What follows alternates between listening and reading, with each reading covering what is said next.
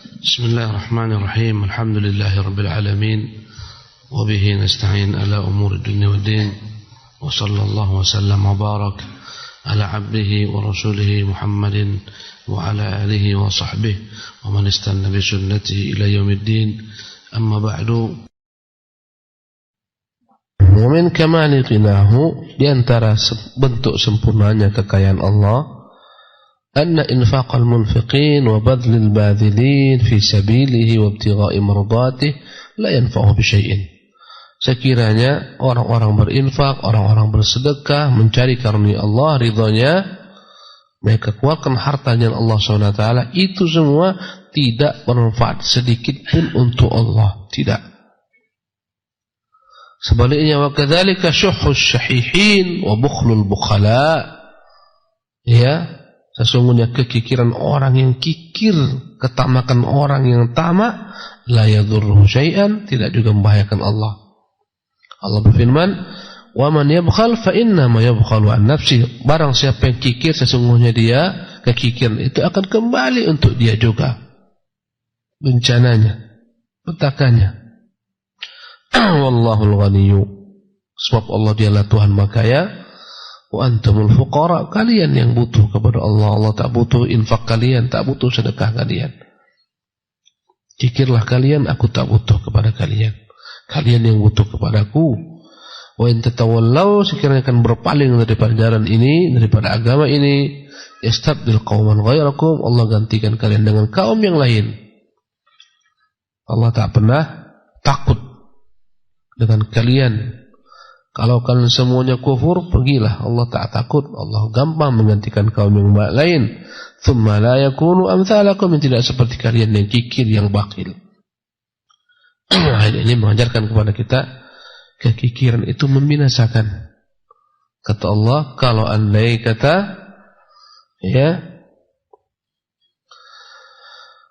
sesungguhnya barang siapa yang bakhil, bakhil itu petakannya kembali kepada dirinya. Allah Tuhan yang Maha Kaya, kalian yang butuh dan fakir kepada Allah. Kalau kalian berpaling, tak mau berinfak, kikir, yastabdil qauman ghairakum, Allah gantikan kalian dengan kaum yang lain. Ini menunjukkan kikir membawa binasa, menghabiskan harta, melenyapkan segala macam bentuk kekayaan. Allah akan gantikan kalian dengan kaum yang lain, yang baik, yang dermawan, yang Allah Subhanahu wa ta'ala, ya, berkahi mereka, menggantikan kalian yang kikir. Ini menunjukkan kikir membawa kebinasaan, kehancuran. Allah gantikan orang kikir, digantikan Allah dengan lain. Buktinya apa? Qarun. Mana peninggalan Qarun? Habis, Allah gantikan dengan yang lain. Kikir, bakhil. Allah berfirman, ya ayyuhalladzina amanu anfiqu min thayyibati ma kasabtum. Wahai orang-orang beriman, berinfaklah dari apa yang kalian upayakan. Wa mimma akhrajna lakum minal ardh, dan daripada hasil bumi yang kami keluarkan untuk kalian. Wala tayammamul khabitha, janganlah kalian pilih yang buruk-buruk, yang tak bermutu. Minhu tunfiqun, itu yang kalian infakkan. Ya. Walastum biakhidhihi illa an tuqmidu fi, padahal sekiranya apa yang kalian sedekahkan itu dikembalikan kepada kalian, kalian tak mau menerimanya, kecuali dengan mandang sebelah mata karena remeh. Ya, berinfak yang baik, jangan berinfak yang buruk. Kalian pun tak mau, baju second dan rombeng-rombeng, layak jadi kain buruk. Pak, ini sedekah.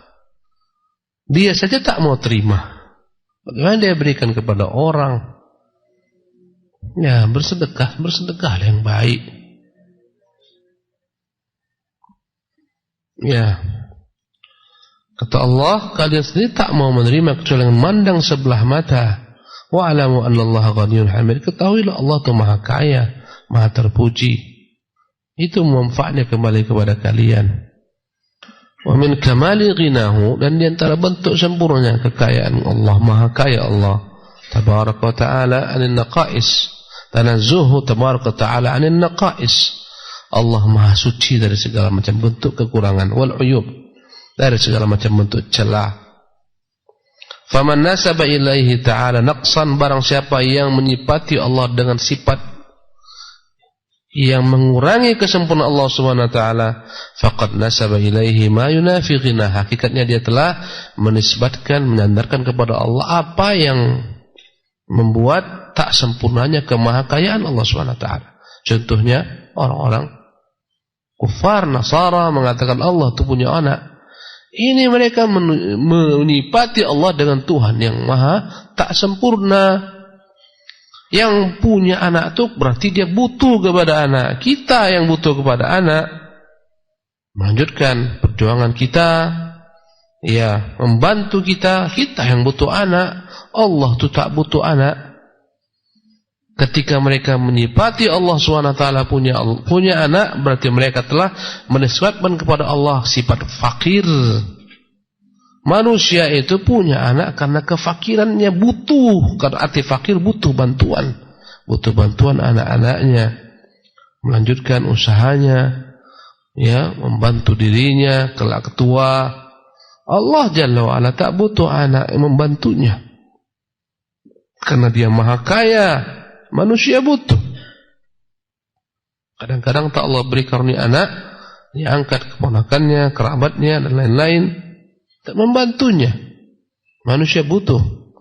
Manusia butuh anak. Manusia pun butuh istri. Karena fakirnya kita, sehingga kita tak bisa hidup sendiri. Kita butuh anak, kita butuh istri, kita butuh kerabat. Andai tolan, sanak keluarga, kita butuh. Sejak kita kecil, kita butuh dengan keluarga kita, butuh sang ibu, butuh ayah, sejak kita lahir. Karena itulah Allah tidak seperti itu. Tatkala kita katakan dia punya anak, berarti dia fakir, butuh kepada anak. Dan anaknya pun berarti fakir, butuh kepada sang bapak. Alangkah naifnya Tuhan yang fakir, ketika lahir lemah, ya, ini disembah, jadikan Tuhan. Butuh kepada makanan, menyusulah dia kepada sang ibu. Ini kan dijadikan Tuhan. Dan sang ibu supaya tetap air susunya ada, makan makanan. Tuhan makan, berarti dia Tuhan yang fakir. Tuhan tak butuh makanan, kita makhluk yang butuh makanan. Ya, yang menisbatkan Allah punya anak, menyifati Allah fakir. Karena itulah Allah membantah. Qalu ittakhadallahu walada, mereka mengatakan Allah punya anak. Subhanahu, dia Tuhan maha suci dari apa yang mereka sangkakan. Huwal ghaniyyu, dia Tuhan yang maha kaya, tak butuh. Lahu ma fis samawati wa ma fil ardh, semua miliknya di langit dan di bumi. Bagaimana dia butuh punya anak? Sungguh celaka binasa yang mengatakan Tuhan punya anak, Tuhan beranak. Subhanallah. Ya, na'udzubillah min dzalik. Wa min kamali ghinahu, di antara bentuk sempurnanya kemahakayaan Allah tabaraka taala, ya. Wa min kamali ghinahu tanazzuhu tabaraka taala an syuraka'i wal andad. Di antara bentuk kesempurnaan Allah, Allah itu maha suci, tak butuh sekutu-sekutu. Ya, tak butuh sekutu-sekutu. Syuraka, sekutu, al-andad, tak butuh pembantu-pembantu yang membantunya, ya, tak butuh sebagaimana makhluk membutuhkan sekutu. Kita butuh orang-orang yang berserikat dengan kita dalam semua usaha kita. Yayasan, kita butuh orang. Sekolah, kita butuh orang. Bangun rumah, kita butuh orang. Semua kita butuh orang. Perusahaan itu semua dengan orang. Ya, maka manusia butuh dengan bantuan Allah, tak butuh. Allah tak butuh adanya sekutu mengatur alam semesta ini. Tak perlu bantuan makhluk untuk mengatur alam semesta yang maha besar. Ya, menerbitkan matahari, menenggelamkan matahari. Allah maha kaya, tak butuh semua makhluknya. Kalaupun sebagian daripada pekerjaan diwakilkan kepada malaikat-malaikatnya, bukan karena Allah butuh kepada malaikatnya, karena kesucian Allah Subhanahu wa taala. Tanpa malaikat semua akan jalan, bahkan malaikat juga bergerak dengan bantuannya. Tak akan mungkin bisa malaikat turun naik mengerjakan tugasnya tanpa Allah. Karena semua makhluk mutlak dalam setiap detik butuh Allah Jalla wa'ala. Siapa memberi kekuatan kepada malaikat? Allah membuat malaikat naik, turun, bersayap. Ada yang sayapnya 3, 4, 2, ada yang 700. Siapa yang ciptakan? Siapa yang menggerakkan? Siapa yang memberi kemampuan? Allah Jalla wa'ala.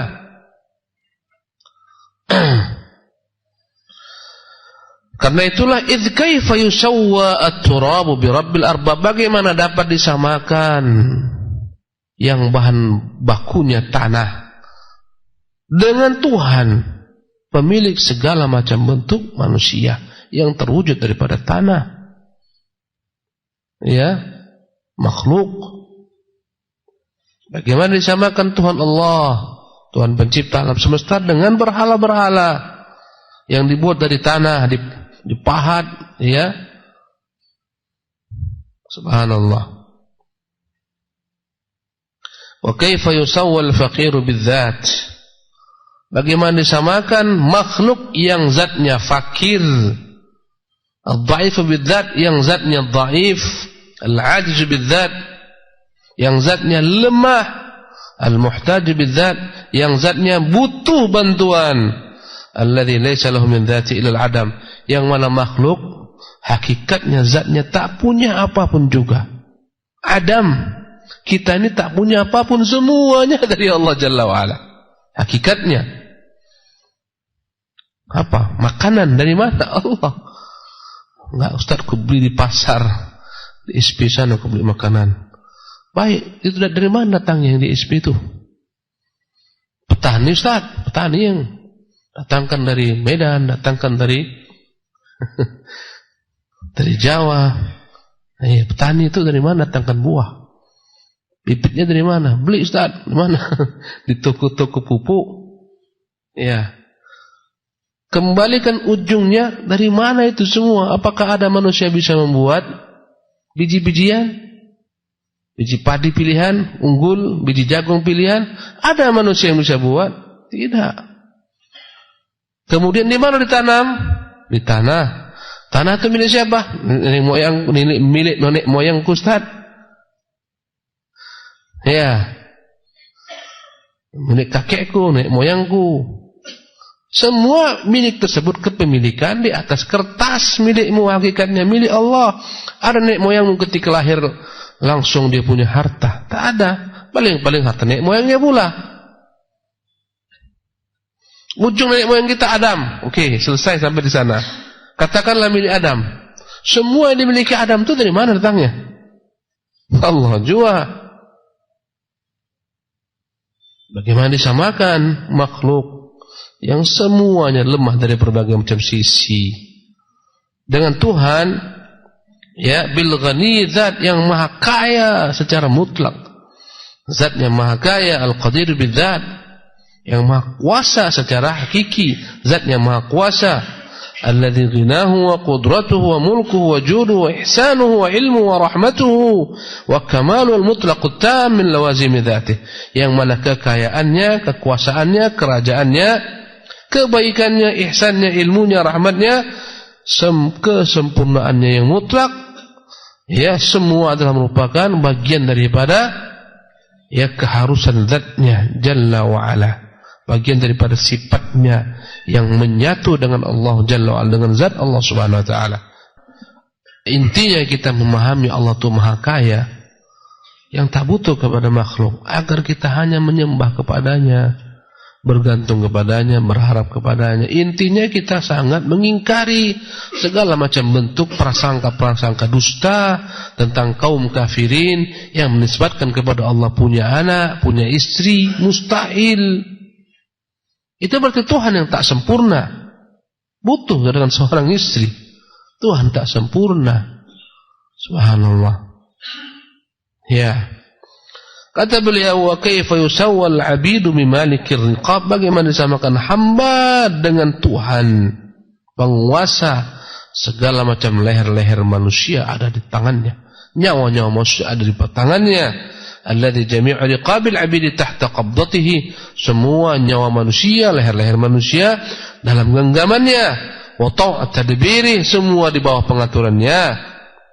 Allah berfirman tentang kaum kafirin, kaum Nasara yang tak pandai bersyukur kepada Tuhan, yang menyekutukan Tuhan, yang menisbatkan kepada Tuhan sifat-sifat makhluk, sifat kurang.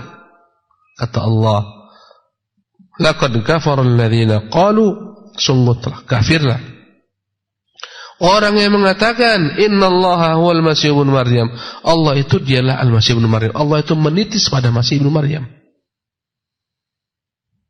Kafir mereka. Qul, katakan Muhammad, faman yamliku minallahi syai'an in arada an yuhlikal Masih ibnu Maryam, siapa yang bisa menahan ketika Allah ingin membinasakan Isa bin Maryam? Tak ada. Wa ummah, membinasakan ibunya, ada yang bisa menahan? Tak ada. Mana ibunya Isa bin Maryam? Mana? Mana sekarang? Subhanallah. Allah subhanahu wa ta'ala telah mewafatkan mereka, telah mewafatkan ibunya, mengangkat Isa bin Maryam akan mewafatkannya pula sebelum hari kiamat. Katakan, siapa yang mampu menahan sekiranya Allah ingin membinasakan Al-Masih ibnu Maryam dan ibunya, aman fil ardi jami'an, dan semua makhluk di bumi ini, siapakah mampu menahan? Walillahi mulkus samawati wal ardi wa ma bainahuma, karena semua kerajaan milik Allah, baik yang di langit maupun yang di bumi dan di antara keduanya. Yakhluqu ma yasha', dan dia menciptakan apa yang dia kehendaki. Wallahu ala kulli syai'in qadir, dialah Tuhan yang maha kuasa atas segala sesuatu. Di antara sempurnanya kekayaan Allah, anna khazainas samawati wal ardi biyadihi, semua kekayaan yang terdapat di langit di bumi itu di tangannya. Wa anna judahu ala khalqihi mutawasil, bahwasanya kebaikannya kepada semua makhluk berketerusan. Ana al-laili wan nahar, siang dan malam, terus menerus turun kepada kita kebaikan Allah.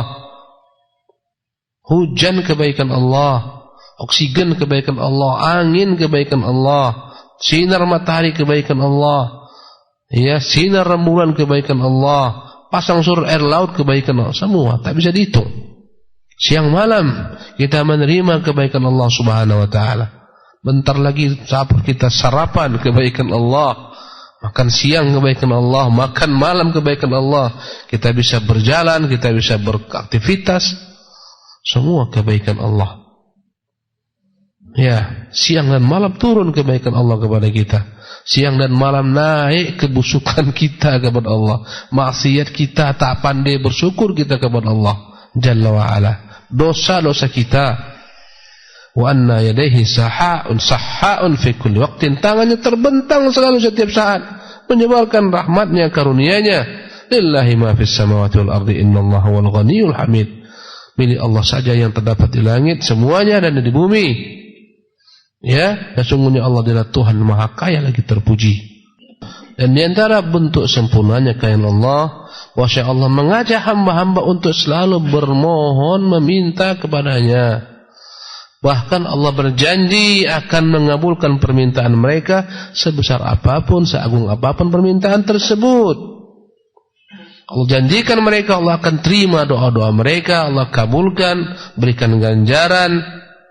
Karena Allah adalah Tuhan yang wasi'ul fadli, maha luas karunia-Nya, jazilun nawal, begitu luas pemberiannya. Waqad atahum min kulli ma sa'aluhu, kita banyak diberikan Allah atas segala apa yang kita minta. Wa atahum kullama araduhu wa tamannau, Allah berikan segala yang mereka inginkan, yang mereka harapkan, yang mereka mimpikan. Banyak keinginan kita Allah kabulkan.